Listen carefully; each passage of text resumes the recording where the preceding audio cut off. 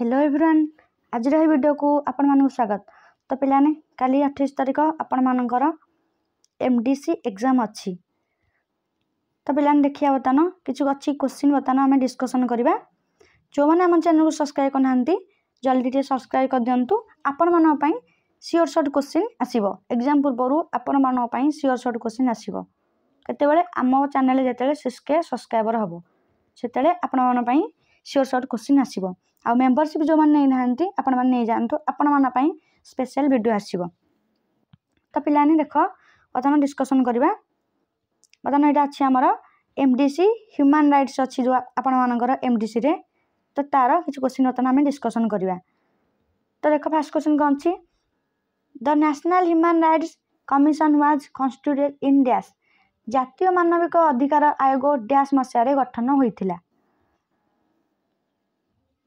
The headquarters of the National Human Rights Commission is situated at dash जातीय मानव अधिकार आयोग मुख्यालय डैश ठारे अवस्थित। तो आपण मानकर एमडीसी क्वेश्चन बहुत इजी पड़ी। तो आप व्यस्त हबार ना जी सिलेक्शन क्वेश्चन दिखाई से भर आसीज। बस जो मैंने टेलीग्राम चैनल जॉइन हाँ जल्दी जॉइन हो जातु आउ चैनल को सब्सक्राइब करूँ और शेयर करूँ।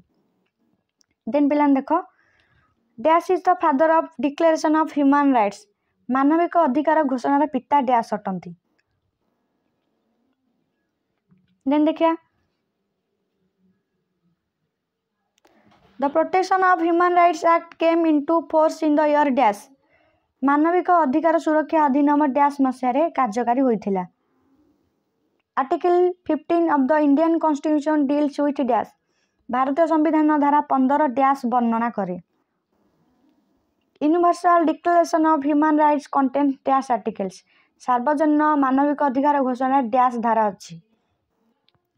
देन देख dash article deals with the abolition of untouchability dash धारा अस्पृश्य निवारण विषयक अटे। देन देख मानविक अधिकार उपरे डैश सम्मेलन में मानविक अधिकार पाई उच्चायित पदवी प्रतिष्ठा पाई आह्वान कराइथिला। देन देख जातीय मानविक अधिकार कमिशन प्रथम कमिशनर डैश थिले। देन मानविक अधिकार सार्वजनीन घोषणार डैश धारा घोषणा करे प्रत्येक जीवन स्वाधीनता एवं व्यक्ति सुरक्षार अधिकार अच्छी। तो आपण मानकर ए टाइप क्वेश्चन आसीज। तो आपण मैंने टिके प्रैक्टिस करने। देन देख टू मारिया कौन देछि राइट्स अधिकार अधिकार विषय आपण मैंने लिखिए आ कही आपण मानक जदि भी किसी आसुनी आपण मैंने ब्लैंक छाड़बेनि तार आंसर आपण लिखिक आसी आपण मार्क निहाती मिल। तो केतले छाड़बेनि आपण मैंने आज जमी आपण मानकर एसी इंग्लीश रे ग्रेस मार्क किसी मिल कारण आउट ऑफ सिलेबस आसीला। तो जो मैंने अटेंड करथिबे से मानक ही मार्क मिल। तो पिलाने देख नेक्स्ट देखिबा बैंकॉक घोषणानामा। देन अंतर्जातीय मानव अधिकार बिल बा विधेयक। देन देखिबा यूनिवर्सालिटी ऑफ ह्यूमन राइट्स मानविक अधिकार सार्वजनीनता। देन संख्यालघु अधिकार राइट्स ऑफ माइनॉरिटीज। नेक्स्ट जातीय मानविक अधिकार commission national human rights commission. जातीय संविधान रे प्रदत्त समानता अधिकार rights to equality in the Indian constitution. Then देछि धर्म। नेक्स्ट युद्ध अपराध। देन देख पिलाने पार्ट 3 कौन देछि 5 मार्क क्वेश्चन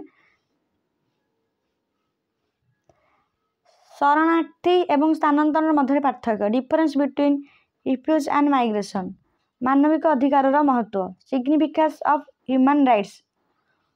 देन देख सांस्कृतिक विविधता।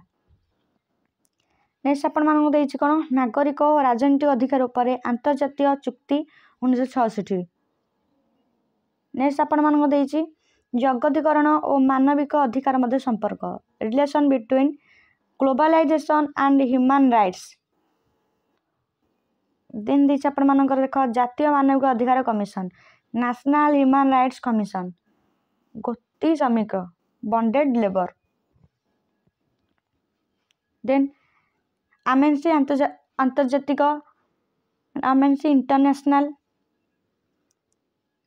देन देखो कौन देइछि आईरे कौन देइछि न्यायिक सक्रियता जुडिशियल एक्टिविज्म देन जेर देइछि जलवायु परिवर्तन एवं मानविक अधिकार उल्लंघन climate change and human rights violation then आपण मानक आसला पार्ट आई भी क्वेश्चन निम्न तो जेकोसी चारटा उत्तर देबे जोटा 8 मार्क आपण मानकर देख पिलाने discuss the powers and function of high commissioner of human rights मानविक अधिकार पाई उच्चायुक्तଙ୍କ क्षमता एवं कार्य विषय आपण माने आलोचना करिवे आपण मानकर एटा लॉन्ग क्वेश्चन रहउची लॉन्ग क्वेश्चन मु कहितली निहांती आपण माननकु 25 पेज ऊपर को लिखार अछि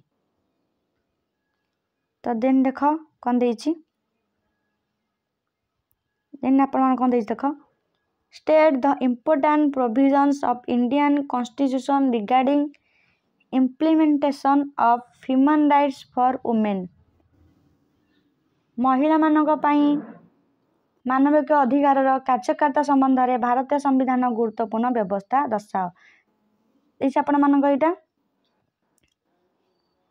आपण माने कीवर्ड को सब ध्यान रखिए जोटा आपण माने कॉन्स्टिट्यूशन रिगार्डिंग इम्प्लीमेंटेशन तो सेठी आपण माने जोटा पढ़ी जाइथिबे आपण माने सेटा लिखिबे किबा महिला मानक पई मानविक अधिकार कार्यकारिता संबंध में आपण लिखिबे देन देखो कोन देइछि expel universal declaration of human rights सार्वजनीन मानविक अधिकार घोषणा कौन करेंगे ना व्याख्या करेंगे नेक्स्ट देइछि explain theories of human rights मानविक अधिकार तत्व गुड़िक आपण माने आलोचना करेंगे